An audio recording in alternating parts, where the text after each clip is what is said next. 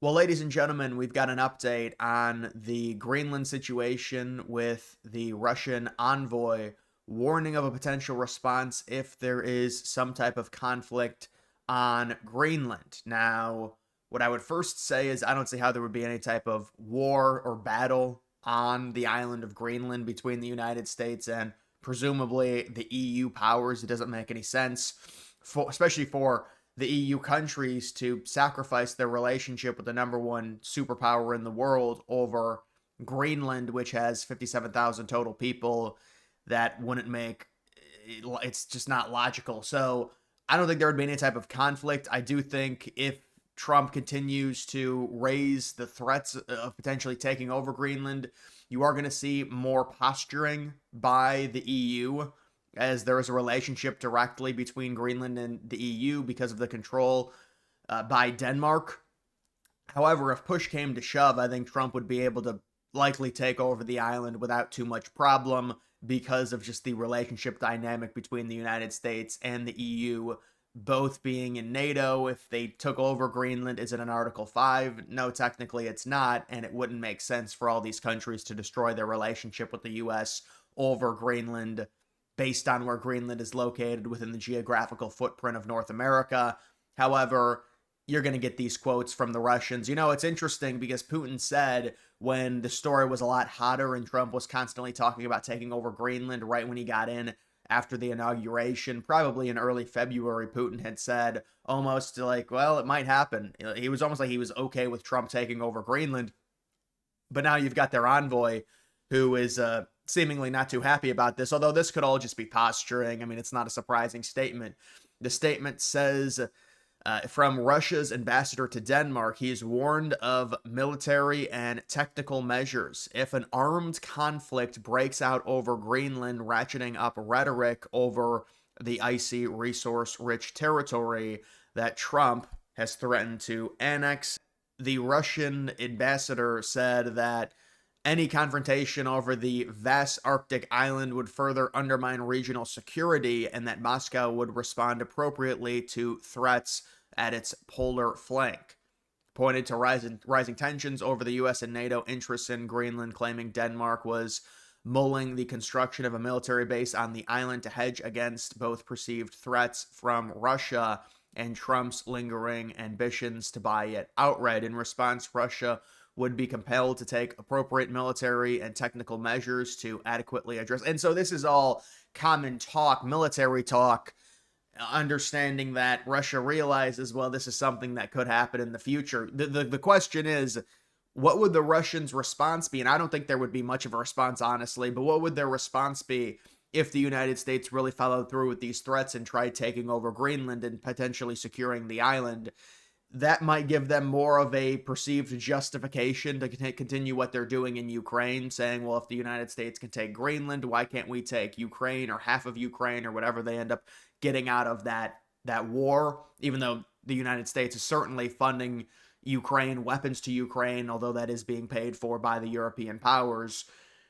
You have to just wonder what is the end game here when it comes to Russia, and what is their geopolitical viewpoint on Trump potentially taking over Greenland, the United States controlling Greenland. It would certainly give the U.S. an anchor in the Arctic. So much of that territory is controlled by Russia. Now they would be dealing with the United States. Not only the territory we have in Alaska, but a lot of Greenland. The island is within the Arctic, and that opens up many waterways for the United States. It's not something any of these Eastern countries would like to deal with. You don't want a stronger U.S., even stronger than they already are, and that doesn't even account for the potential rare earths that would be on Greenland. It is very resource rich, although when it comes to rare earths, the biggest hurdle is the refinement of them, but still, you're talking about diversification of the rare earths on Greenland by acquiring the island. So I think Russia is very wary of this, but I do wonder what could they really do. I mean, Putin said back in February, if Trump wants to take it, I mean, it is what it is. That's kind of it's his prerogative if he thinks that it's a threat. I mean,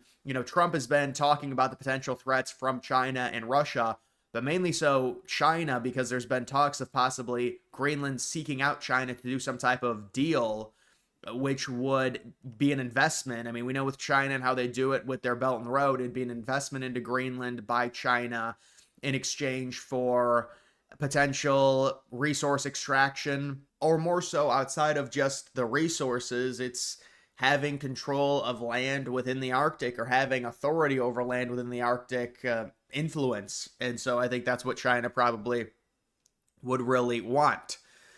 You can also see down here it says Greenland's growing strategic value as Arctic ice melts and sea lanes open has drawn increased attention from Washington, Moscow, and even Beijing. It is an autonomous territory of NATO and an EU member Denmark, but the US maintains a long-standing military presence at the space base. And so it's this weird situation to where Greenland is becoming more and more important. The major players, both from the West and the East, see that. The EU sees it. The EU still wants it under their umbrella.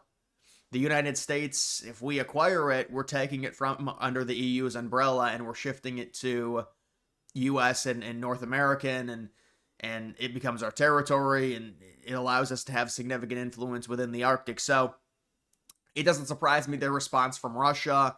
You know, it's a geopolitical thing. I think Russia doesn't really have much of a choice if we end up taking it over. They're not going to do much in response. The only thing they can do is use it more so as a moral justification to continue their campaign in Ukraine and say, well, look, the United States is taking over territory. Why can't we? Although we would be doing it without any type of conflict. This ambassador is just, it's more of a military type talk. There's not going to be a conflict on Greenland.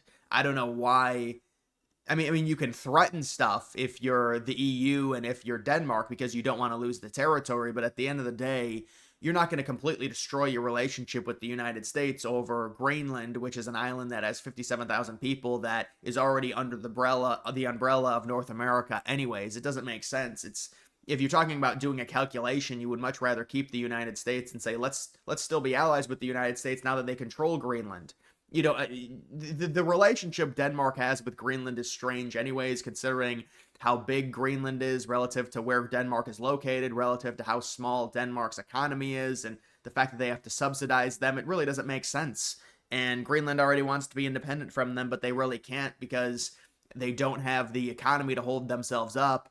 That's why you would hope there'd be U.S. support. My guess is they would probably want some type of joint deal with other EU countries, Greenland that is, over US total control. But at the end of the day, I mean, Trump's going to do what he's going to do. A lot of this is from propaganda. I mean, the EU hates Trump, or maybe not so much anymore because of the deal that we have with sending weapons to them and they give them to Ukraine. But still, I mean, those are all very liberal countries. The United States is considered at this point, compared to where Europe is very conservative. And they don't like that. And they don't like the United States might be, oh, you're taking over. But again, this is such a weird situation. This is not a crazy fascist annexation of a country that's unjust, or it's an island that has 57,000 people that's subsidized by a country that's extremely far away. And the only reason they control the island is because they landed there first. And it's like, it's not something that really makes sense when you look at it logically. Where Greenland is located, why would Denmark, which has a much smaller economy, have control over Greenland, especially when you consider Greenland is right next to Canada? It's like, and again, you're not talking about, oh, it's 5 million people that hate the United States, and if we take them over, we're occupying a country and we're enforcing it onto this. There's 57,000 people on the entire island. So this is not a situation that they make it out to seem like it's this big, bad, horrible takeover. It's a very unique thing, and that's why Trump has identified it as a potential territorial acquisition of the United States. Based off of its location, based off of its limited population, extremely low population density, extremely resource rich, needs an investment for mineral extraction, and its Arctic area that's becoming more and more valuable with access to key waterways like the Northwest Passage. You can understand why Trump would want it. Now, Russia can throw a tantrum about it because they're going to be mad if the United States becomes even more powerful. They're talking about some type of war. I don't see it. I mean, imagine if there actually was between the EU and the United States. It would shock me. It really would. I think they're going to get angry. They're going to say a lot of words, but they're not going to do anything to the United States if we attempted a takeover of Greenland. There's no military to defend Greenland. I know Denmark sent a few F-15s. I don't know what that's going to do. in terms of trying to deter us from taking the island. Who knows if Trump actually does it? He hasn't really talked about it recently, but it does seem like something that Trump wants to do if things align to where it can happen. At the end of the day, Trump is going to have to be aggressive here. He's going to have to push this. This is not something that I don't think gets done fully diplomatically to where they just give it up. There's going to have to be, we're doing this, it's happening, this is the reality, and whether or not it plays well. I mean, Trump has this terrible Epstein debacle, and people are saying, well, his approval rating is higher among Republicans. I don't know if I believe that, but I mean, imagine just ramming in and taking Greenland. Would it really hurt Trump's approval rating that much? I don't know. I mean, again, it depends the way it's portrayed. I mean, I could argue out of a lot of this stuff that they say in terms of it being fascist or this terrible thing. I mean, the Greenland under U.S. control makes more sense for all of the Western world. But they're not going to live. They're just it's all hysteria, and it all looks bad because it's a territorial annexation. And technically, the citizens don't want it. The citizens of Greenland. But I think the citizens of Greenland don't want Denmark to rule over them like they are now, even though they are mainly autonomous. So it's like, well, shouldn't Denmark give them up then? Technically, they can't give them up, and I don't think Greenland could really function without the subsidies from Denmark, so it's complicated, but you'd be talking about a major investment from the United States onto the island, and they don't want that. And you do make an argument that maybe it is an Alaska 2.0. There's going to be people that move up there from the lower 48, probably conservative people based on the climate. So they wouldn't want that. So, I mean, I can understand the gripe from the Greenlanders. But I would say it would increase their life quality significantly because of the investment we would put onto the island, and there'd be a lot higher quality jobs available. When it comes to mining. A lot of them don't really care about mining, though. The people of Greenland is some of the things I've read. And the other thing is it's like they're trying to do all these deals with China and with the EU, and they just did a deal, I think, with the UK specifically. So it'll be interesting. I mean, maybe what ends up happening is there's just deals with the United States, and we can mine in places. We already have a military base there, so it's this weird relationship where we did control Greenland for a few years during World War II. We were able to establish a military base. We kept our military base there. Well, we tend to keep our military bases in a lot of countries. But we kept our military base on Greenland, specifically in part because we established it during World War II to protect it from being occupied by Nazi Germany. And then we offered to buy it from Denmark, and they declined it. We offered them in like 1946. So the entire thing is interesting, but look, Russia's going to say what they're going to say. They're not going to be too happy if we acquire territory. There's no doubt about it, but I don't think there's really anything they can say with their invasion of Ukraine. Where's their moral authority to say that we can't take over Greenland? It doesn't make sense. I mean, they're given this political answer about, oh, we're going to have to do something if there's some type of war. I mean, I'm sure they'd love there to be a fracture between the EU and the United States and have this NATO infighting within Greenland. They would love it. But I don't see it happening. I don't see Europe stooping to that level of dumbness. They're not going to... What's going to happen is we would secure the island. There would be extremely limited, possibly no military fighting. And the EU would be very upset with it, and they'd send us some strongly worded emails, and that would be about it, probably. But I mean, it would be a situation to where the people of Greenland, they wouldn't be too happy about it. But you are only talking about 57,000 people. And that does matter. It's not like it's 5 million or 10 million or 20 million. It's an extremely, extremely low number of people. But you can understand how the public would see that as still a negative thing to do. But at the end of the day, I mean, this is just, we'll see what Trump ends up doing. He hasn't really talked about it recently, but it is something that Trump has said he wants. Greenland seems like out of any territory really in the world, outside of maybe small islands in the Pacific, it seems like, I don't want to say the easiest, but in terms of bang for your buck, like actually acquiring a territory worth a damn, that has a precarious situation currently that could theoretically be possible. It seems like Greenland would be the number one option by a mile. I mean, you'd be talking about maybe Bermuda. Would the UK be opening to sell that? I mean, I know they sold some of their other islands earlier this year. You'd be looking at the Bahamas. They're an independent country. Would they be interested in that? Probably not. And I mean, there's really not a lot of other places I can talk about. I mean, other Pacific islands, but they're very, very small. So it really is Greenland, I think, for Trump. And it's a legacy play. He wants the island. He wants a territorial expansion. You see the legacy of former presidents, Louisiana Purchase, the purchase of Alaska, the annexation of Hawaii, although the annexation of Hawaii is maybe a little bit more frowned upon. But I mean, it's been a major boom for the United States whenever we acquire a territory. It's a huge positive in the long term. And this Greenland, if we acquired it, especially considering its situation on how we'd be able to easily buy it, probably at a significant discount or just take it over, ideally, we would love to pay the Denmark money for it to do it diplomatically. I just don't think they're open to it. And so you give them like $20 billion or whatever, or $30 billion, or maybe they demand more. I don't know. But the point is, long term, I mean, these situations, especially with how the Arctic is developing, and all the experts say 20, 30 years. Even I've heard liberals say the United States at some point is going to have control of the 3 territories in Canada. It must happen because this is just the way of the world now, and how important the Arctic is, and the United States is way more powerful than Canada, so we should have control there. So when even liberals are admitting that, you could only think this is Trump having forethought to realize that, yeah, Greenland is going to be big, and some of it is Trump. He likes these type of things. With the Gulf of America, it's notoriety. It shows up on a map. He's old school like that. He wants Greenland to say, U.S. territory on a map, I'm sure. This is just how Trump is. And so, and obviously it's not just because of that, it's because of the influence we would have in the Arctic, and also the military, the resource extraction, and just the influence. I mean, we'd be closer to Europe, which Europe might be perceived as a bit of a threat. But as long as we continue our good relationship with Europe, or at least a relatively cordial relationship with Europe, I think it's something that can happen if Trump wants it, but he has to push it. Like, this is not something that kind of falls into your lap to where you say, hey, can we just have this? They're like, hell no, it's not happening. So you have to kind of push it.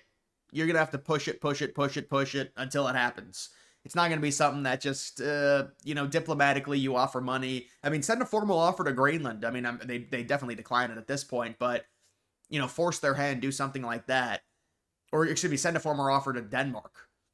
You'd be offering Denmark, because Greenland, I mean, unless Greenland wanted to become independent of Denmark, which I guess they do, but the practicality of that right now is not realistic. The most realistic thing within the EU is probably some type of joint deal to where they become fully independent of Denmark, but they have some type of situation with the EU overall, and so the major EU countries like France, I guess the UK wouldn't be involved, but I think they have a separate deal with the UK. It'd be France, it'd be Italy, it would be Spain, Germany, of course, Poland, these major countries within the EU. They would then do a deal with Greenland, to where Greenland they'd be fully autonomous. They wouldn't be but they'd be almost like an anchor baby of the EU. And so it'd be something like that. And so that's something to look at as well. That's probably what Greenland would like, to where they'd be fully independent, but then they'd have deals. And then maybe they'd also have a deal with the United States. But the problem with that is we would have limited control then. You want to you make it a territory, you've got full control of the island. The United States would. And based off of its location, are we really in the business to allow the EU to do that? I mean, technically they already have more territorial ownership than us of Greenland, because even though we have a military base there, it's a proxy to the EU because of Denmark's ownership. But we're trying to change that. That's why Trump shifted the sphere of influence and the control from European command of control to North American. And now the normalization process of direct flights from New Jersey to Nuuk, Greenland, which is their major city. And so that just started as well. So they're trying to normalize the whole thing with Greenland. And we'll see if this develops with Trump. I mean, now you're talking about, well, we're getting closer and closer to the midterms. This is something that's, it's not popular. This is something because, they talk about Trump being this fascist and this, I mean, it's very hard to find because of the way our Constitution is Trump, acting like this terrible fascist. And the only thing you can say is, well, he's annexing a territory like Greenland. The citizens of Greenland don't want it. They would cite that as being fascist, even though obviously we know, this is a very, very complex situation. Greenland is, number one, is not independent. They're not an independent country. They're controlled by Denmark. They don't want to be. So our Denmark, is their rule over Greenland fascist because Greenland wants to be independent of Denmark? So see, it's more complicated than that. and also the location of it with how close it is to us. So, I mean, there's a number of ingredients that play into this potential annexation, whether or not you want to call it, I mean, you call it it's more of an acquisition, I would say, if it happened. I mean, it's an acquisition. You want to say it's an annexation. It's a potential, we're acquiring the country from Denmark in a deal diplomatically, which they probably won't want to do. So then it's going to be some type of securing the island if Trump wants to go that far. Now, you could also do some type of other deal with Greenland in an arrangement to mine minerals to where we don't take over the country. There's a number of different things you can do, and we'll have to see what ends up happening. But either way, guys, make sure you like the video down below. Also follow me on X. Link to that's always in the description.